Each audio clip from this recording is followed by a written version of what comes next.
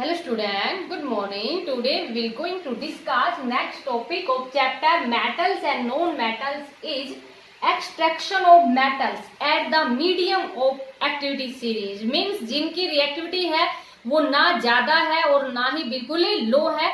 जो मीडियम के अंदर जो मेटल्स है, जैसे कि फॉर एग्जांपल हमारे पास जो मेटल्स है आयरन, जिंक, लेड एक्सेट्रा, इनकी रिएक्टिविटी मीडियम है। उन मेटल्स को किस प्रकार से एक्सट्रैक्ट किया जाए, तो जैसा कि आपको बताया था एक्सट्रैक्शन ऑफ मेटल्स में स्टार्टिंग में कि जिनकी रिएक्टिविटी मीडियम होती है वो मेटल्स हमें कार्बोनेट एंड सल्फाइड की फॉर्म में मिलती है और उन मेटल्स को क्या करते हैं फिर एक्सट्रैक्ट करते हैं। और ये भी आपको बताया था कि अगर जो ऑक्साइड में पहले क्या करें कि जो सल्फाइड और कार्बोनेट है उनको ऑक्साइड में कन्वर्ट कर लेते हैं, क्योंकि आपको बताया था कि ऑक्साइड से मेटल को एक्सट्रैक्ट करना बहुत ही इजी होता है। तो सल्फाइड को पहले ऑक्साइड में कन्वर्ट करने के लिए जो प्रोसेस होता है उसमें क्या करते हैं कि जो सल्फाइड्स हैं उनको strongly in presence of air के अंदर हीट करते हैं और उस मेथड को जैसा कि आपको बताया था रोस्टिंग कहते हैं। और ऐसे ही जो कार्बोनेट्स होते हैं, कार्बोनेट्स को इन लिमिटेड एयर के अंदर ऑक्साइड में कन्वर्ट करते हैं। उस मेथड को हम कैल्सिनेशन मेथड कहते हैं। फिर हमारे पास ऑक्साइड में आ जाती है और फिर रिड्यूसिंग एजेंट की हेल्प से हम मेटल है उसको एक्सट्रैक्ट कर मीन्स मेटल्स है मेटल को एक्सट्रैक्ट कर लेते हैं उसके ओर से, मीन्स हमें मेटल्स है वो प्राप्त हो जाती है। जैसे कि रिड्यूसिंग एजेंट का भी यूज करते हैं, किसी में हम डिस्प्लेसमेंट रिएक्शन का भी यूज करते हैं। ठीक है बेटा, तो यही सब हम स्टडी करेंगे। तो देखो लिखेंगे कैसे। तो पहले तो हमारे पास जैसे कि अभी आपको बताया the metal in medium of activity series such as iron, zinc, lead etcetera, इनकी रिएक्टिविटी है वो मॉडरेटली रिएक्टिव होती है। और these metals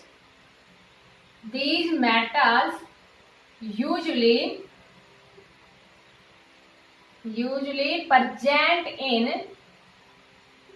sulfide and carbonate in nature। Means ये हमें किसकी फॉर्म में मिलती है, ज्यादातर सल्फाइड एंड कार्बोनेट की फॉर्म में मिलती है। और जैसा कि अभी आपको बताया कि इनको हम ऑक्साइड में कन्वर्ट कर लेते हैं, तो इतना आप नोट कर लेना बेटा। उसके बाद में देखो, ठीक है, जो अभी आपको बताया है वो सब आपको लिखना है कि किस प्रकार से हम इनको लिखें। तो a metal obtained from its oxide is means easy है as compared to its sulfide and carbonates। Means carbonates और सल्फाइड से टिपिकल होता है किसके कंपैरिजन में, ऑक्साइड से। तो as compare to its sulphides and carbonates. तो पहले क्या करते हैं, first sulphides and carbonates are convert into metal oxide. अगर लिखना चाहो तो लिख लेना, नहीं तो सीधा हम रिएक्शन करते हैं कि या फिर अगर लिखना चाहो तो किस प्रकार से लिखोगे, so the metal sulfides and carbonates are converted into its oxides या metal oxides। समझ में आया बेटा। इसलिए क्या करते हैं, सल्फाइड्स और कार्बोनेट्स हैं उनको कन्वर्ट कर लेते हैं मेटल ऑक्साइड में। अभी आपको बताया कि जो सल्फाइड्स हैं वो कन्वर्ट करते हैं मेटल ऑक्साइड में इन presence of strongly heated in air. ठीक है बेटा, तो ये आप यहां तक नोट करना। उसके बाद में द सल्फाइड्स और are converted into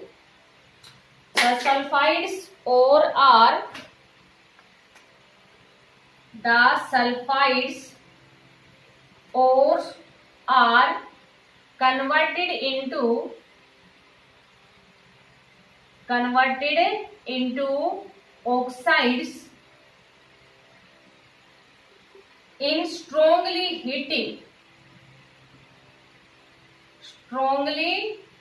heated in presence of air and and this process is known as रोएस्टिंग, और इसी प्रोसेस को हम क्या कहते हैं, रोएस्टिंग कहते हैं। जैसे कि आपको स्टार्टिंग में बताया था कंसंट्रेशन ऑफ ओर के अंदर कि क्या क्या हम स्टेप है वो इन्वॉल्व करते हैं। तो जैसे कि 1 मार्क्स में आपके पास क्वेश्चन इस तरह से भी आ सकता है, what do you mean by roasting, तो समझ में आया बेटा। तो रोएस्टिंग क्या होता है कि जो सल्फाइड्स ओर होते हैं उनको उनके ऑक्साइड में कन्वर्ट करना इन presence of strongly heated in presence of air, और इस प्रोसेस को हम क्या कहते हैं, रोएस्टिंग कहते हैं। तो जैसे कि मान लीजिए कोई भी हमने जिंक सल्फाइड ले लिया, हीट करते हैं इन presence of air means O2, तो ये हमें ऑक्साइड की फॉर्म में मिल जाता है और साथ में सल्फर डाइऑक्साइड गैस है वो निकल जाती है। समझ में बेटा। बैलेंस करने के लिए देखो, इधर हमारे पास ऑक्सीजन कितने हैं, 3 है, तो यहाँ हम 2 से मल्टीप्लाई कर दें। अगर मान लीजिए इधर 2 से मल्टीप्लाई करेंगे तो यहाँ हमने 2 से मल्टीप्लाई किया तो इधर जिंक हमारे पास कितने हो गए, 2 हो गए। अब सल्फर भी इधर 2 हो जाएंगे, तब ऑक्सीजन हमारे पास कितने हो गए, 2 और 4 6, तो यहाँ 3 से मल्टीप्लाई कर देंगे। समझ में बेटा, बैलेंस करना आता ही होगा आपको। तो ZnS प्लस 3O2 हीट किया तो हमें क्या मिला, zinc oxide plus sulphur dioxide. समझ में बेटा, मेटल ऑक्साइड मिल गया। अब इसी तरह से जैसे कि ये जो सल्फाइड सोर थे उनको कन्वर्ट किया है, उसी तरह से कार्बोनेट्स, क्योंकि अभी आपको बताया है कि जिनकी रिएक्टिविटी मीडियम होती है वो या तो सल्फाइड्स की फॉर्म में मिलती है या ज्यादातर हमें कार्बोनेट्स की फॉर्म में मिलती है, means maximum sulphides and carbonates की फॉर्म में मिलती है। वैसे तो आपको बताया था और के अंदर कि ये हमें कई फॉर्म्स में मिलती है और में, लेकिन ज्यादातर मोस्टली सल्फाइड्स एंड कार्बोनेट्स की फॉर्म में मिलती है। ठीक है बेटा। अब जो कार्बोनेट्स और हैं, कार्बोनेट्स अब कंप्लीटली नोट करना है, ये कार्बोनेट्स और आर कन्वर्टेड इनटू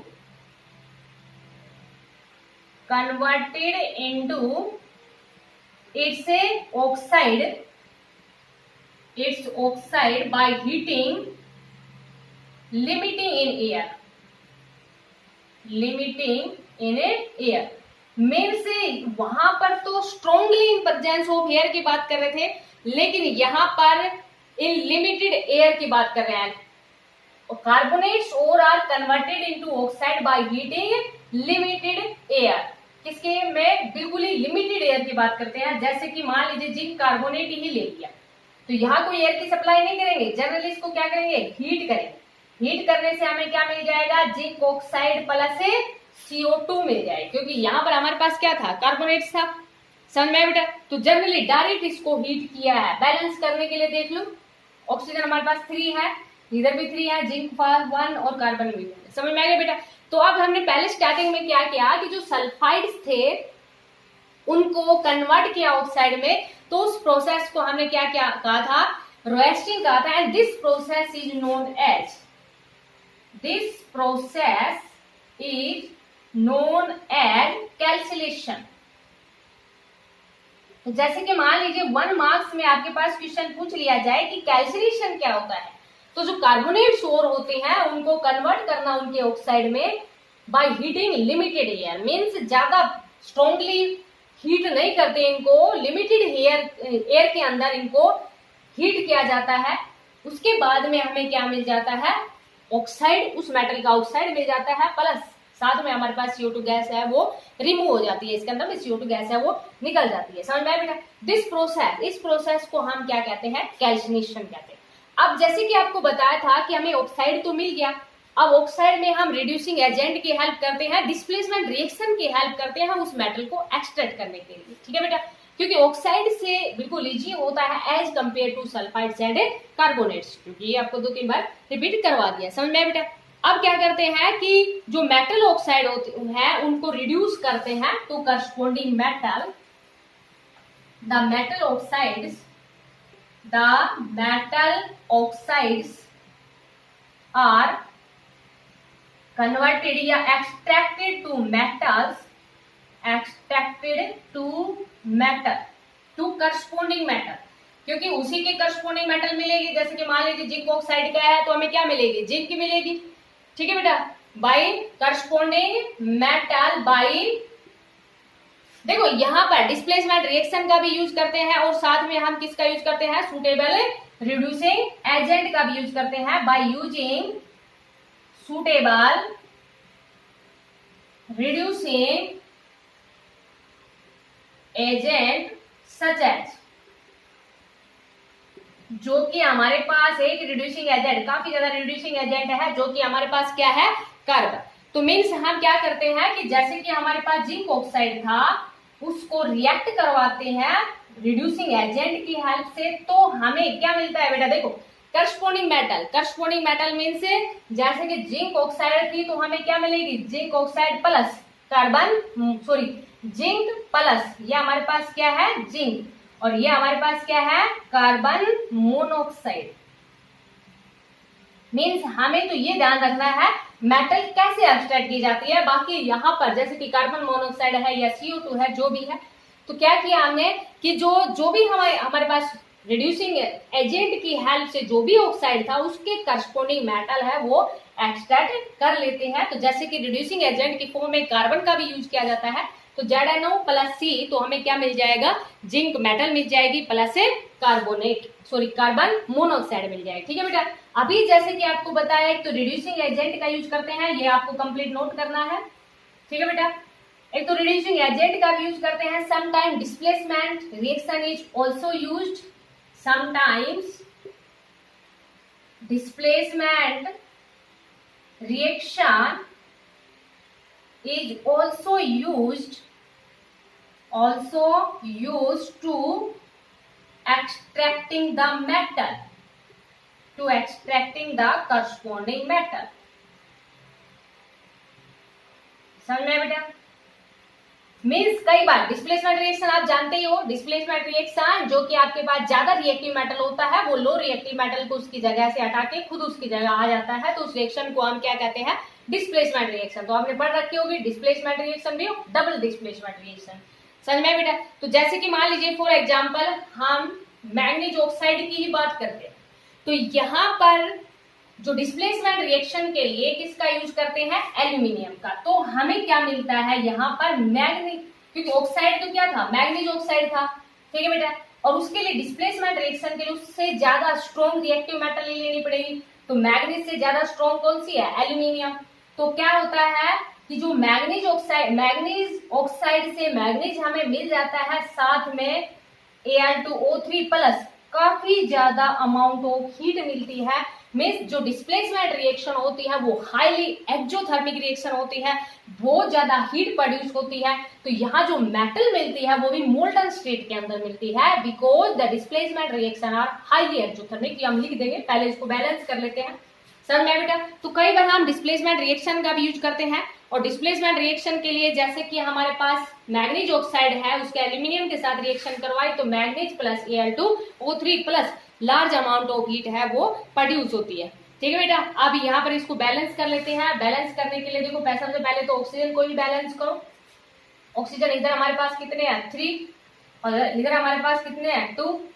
तो यहाँ हम 2 से मल्टीप्लाई कर दें तो कितने बन गए बेटा, 6, या 3 से मल्टीप्लाई कर दें, बन गए 6, इधर 3 से मल्टीप्लाई कर दें, या एल्यूमिनियम कितने हो गए, 4, या 4 से मल्टीप्लाई कर देते हैं। समझ में आएगा बेटा, बैलेंस हो गई ना, MnO2 प्लस Al। ठीक है, तो हमें क्या मिल जाएगा, manganese plus Al2O3 plus heat. तो यहाँ से क्या लिखेंगे, द डिस्प्लेसमेंट रिएक्शन, या this reaction is highly exothermic, या डिस्प्लेसमेंट रिएक्शन इज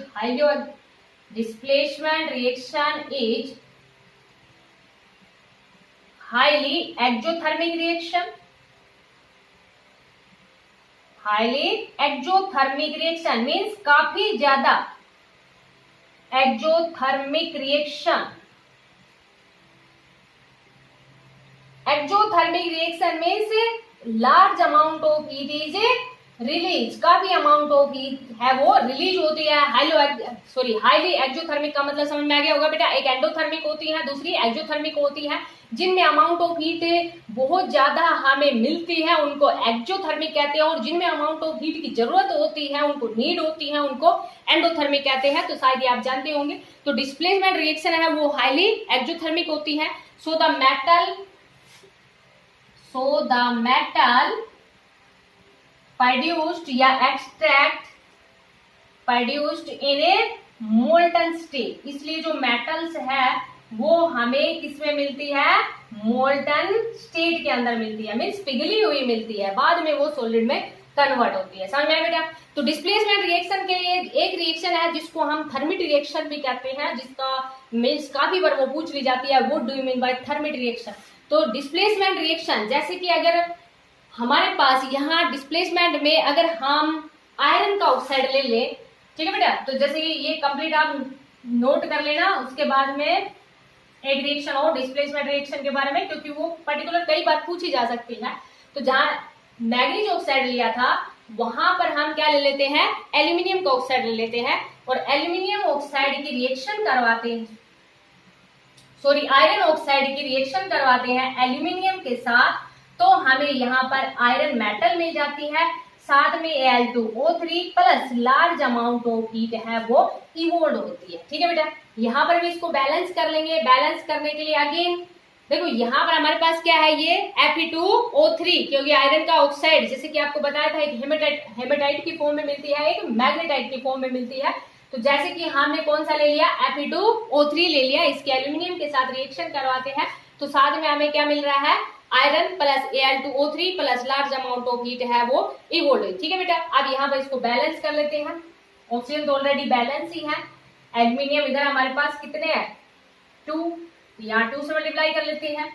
आयरन इधर हमारे पास कितने हैं, 2, तो यहाँ पर भी 2 से मल्टीप्लाई कर ले। अभी आपको बताया था कि काफी ज्यादा अमाउंट ऑफ हीट है वो इवोल्व होती है, और इतनी ज्यादा अमाउंट ऑफ हीट इवोल्व होती है कि जो भी हमें यहाँ पर मेटल मिलती है करस्पोंडिंग वो मोल्टन स्टेट के अंदर मिलती है, उसके बाद में उसको सॉलिड में कन्वर्ट किया जाता है। और ये जो रिएक्शन है इसका यूज किया जाता है to joining the railway track, means this reaction, ये जो केमिकल रिएक्शन होती है, या इट इज यूज्ड, या this is used to join the railway track. जो रेलवे ट्रैक होते हैं उनको ज्वाइन करने के लिए, रेलवे ट्रैक्स हैं उनको ज्वाइन करने के लिए, मीन्स उनको जोड़ने के लिए इस रिएक्शन का यूज किया जाता है, क्योंकि इसके अंदर बहुत सारी अमाउंट ऑफ, जो पहले रिएक्शन थी उससे भी ज्यादा अमाउंट ऑफ हीट है वो इवोल्व होती है। So this reaction is also known as, this reaction is also known as thermite reaction, thermite reaction. समझ में आया बेटा? इसलिए इस रिएक्शन को क्या कहते हैं, हमें थर्मिट रिएक्शन भी कहते हैं, क्योंकि इसके अंदर बहुत ज्यादा, thermal means heat, thermite reaction means इसके अंदर बहुत ज्यादा अमाउंट ऑफ हीट है वो इवोल्व होती है, इसलिए इस रिएक्शन को क्या कहते हैं, थर्मिट रिएक्शन भी कहते हैं। तो शायद आपको समझ में आ गया होगा बेटा। आज का टॉपिक हमारे पास क्या था, extraction of metal at the medium of activity series, means जिनकी रिएक्टिविटी ना बिल्कुल लो है और ना ही हाई है, जो मीडियम के अंदर है। और उससे पहले हमने डिस्कस किया था जो लो रिएक्टिविटी की थी, और नेक्स्ट वीडियो में हम डिस्कस करेंगे जिनकी रिएक्टिविटी काफी ज्यादा हाई है। उसके बाद में ये आपका चैप्टर कंप्लीट हो जाएगा। तो शायद आपको ये समझ में आ गया होगा, तो इसको आप अच्छे से अंडरस्टैंड करना और कंप्लीट आपको फिर नोटबुक में नोट करनी है। Thank you, have a nice day.